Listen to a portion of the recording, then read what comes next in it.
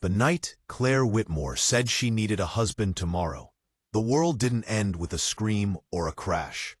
It ended quietly, in a familiar kitchen that smelled like old coffee and detergent, where two people who thought they understood each other suddenly realized they didn't. Sometimes the most life-changing moments don't arrive with drama. They arrive with a sentence so simple it steals the air from your lungs and forces you to confront everything you've been avoiding. Claire stood there, hands clasped together like she was bracing herself against an invisible storm. And Ethan Miller understood in his bones that nothing about his life would be the same after tonight. He had known Claire for over 10 years. Longer, really, if you counted the versions of themselves they'd been when they first met in college. Back then, he was ambitious and reckless, convinced love was something you earned through effort. She was steady and observant, already carrying a quiet wisdom that made professors trust her and friends lean on her. They'd stayed up late studying, sharing bad coffee and honest fears, promising each other they'd always be there, no matter where life took them. Life took Ethan through marriage, fatherhood, and divorce. It took Claire through graduate school, career success, and a family that never quite learned how to see her as her own person. Through all of it, she stayed. When Ethan's marriage fell apart and his ex-wife packed up and left, Claire showed up with groceries and stayed long enough to teach him how to cook pasta without burning it.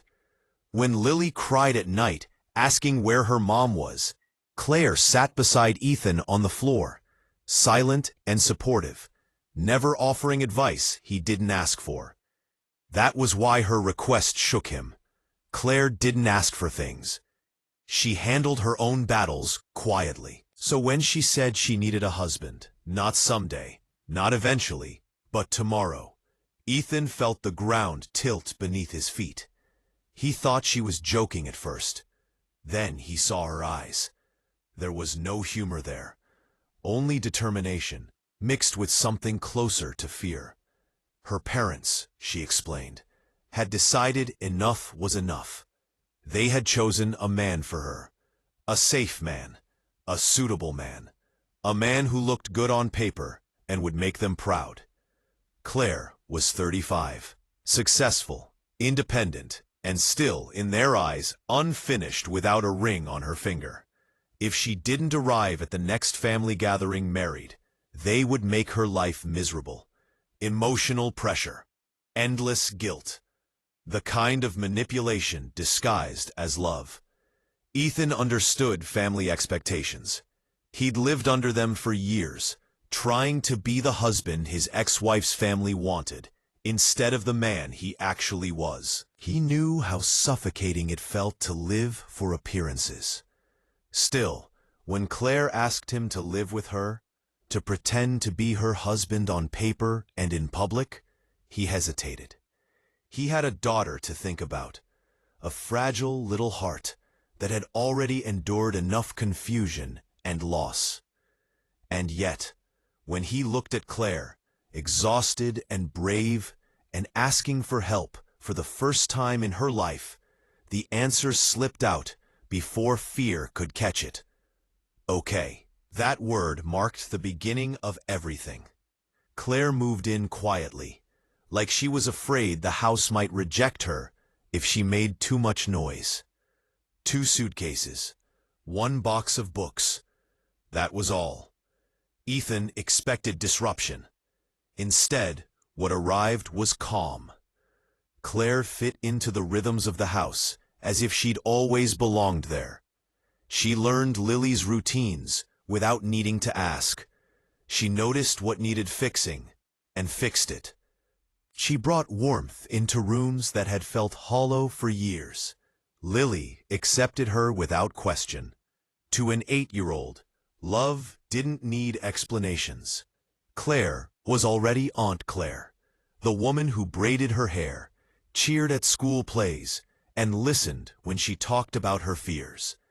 When Claire started making pancakes in the morning and helping with homework in the afternoons, Lily simply adjusted her idea of family to include her. Ethan told himself this was temporary, that they were just helping each other survive. But slowly, the lines blurred.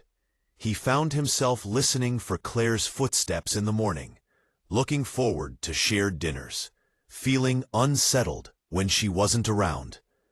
Claire, meanwhile, was fighting her own war. Living in Ethan's house awakened feelings she'd buried for years. She had loved him quietly, patiently, through his marriage and heartbreak. She'd told herself it was enough to be near him, to help, to matter in small ways. But now, sharing space with him, pretending to be something so close to what she secretly wanted, was torture disguised as comfort. When her parents announced they were coming to visit, the fragile balance cracked. Suddenly, pretending wasn't just an idea. It required holding hands in public, sharing a bed when guests were around, selling a story convincing enough to fool the people who knew her best. They practiced, awkward at first, then less so. A hand on her lower back felt natural. A kiss on the cheek lingered longer than planned. Ethan hated himself for enjoying it. Claire hated herself for hoping it meant more. Lily noticed the change before either of them did. Children always do. She watched the way Ethan smiled at Claire when he thought no one was looking. The way Claire softened around him. One night, she asked if Claire would stay forever. Ethan answered carefully, but the question haunted him. The visit from Claire's parents was the breaking point. They watched Ethan closely, measured the house, judged the dynamic. And somehow, despite the lie, what they saw felt real enough to satisfy them, because in many ways, it was. After they left, the house felt too quiet. The pretense had done its job. Claire was free now. Their agreement had an expiration date. That was when Ethan realized the truth he'd been avoiding. He didn't want it to end. When he finally confessed that he couldn't keep pretending, that his feelings were no longer an act, Claire was terrified. She had spent years protecting herself from exactly this moment. Wanting more meant risking everything: friendship, stability, Lily's trust, the fragile family they'd built. For the first time, Claire told him the truth she'd never shared. She hadn't chosen him because he was convenient. She chose him because she'd loved him since college. Because he was the only man she'd ever trusted enough to imagine a life with, even if she'd never let herself dream it out loud. The house held its breath as they faced each other, stripped of pretenses. Loving someone, they realized, wasn't about perfection or timing. It was about showing up, even when it scared you. They didn't rush into anything. Healing takes time. They talked. They listened. They made space for Lily's feelings, and slowly, intentionally, they chose each other without contracts or lies. Months later, when Ethan stood in that same kitchen, watching Claire laugh with Lily over burnt pancakes, he understood something important. Family wasn't built by obligation or appearances. It was built by consistency, kindness, and courage. Claire no longer needed a husband tomorrow. She had found a partner for life. And Ethan, who once believed love was something you had to earn, learned that sometimes love is something that grows quietly beside you, waiting for you to finally see it. If this story moved you, remember this: the right people don't arrive to complete you. They arrive to walk with you while you become who you're meant to be. Sometimes, the greatest transformations begin with a simple, terrifying act of honesty. If you believe in second chances, quiet love, and unexpected families, like this video and subscribe to the channel. More stories like this are waiting for you.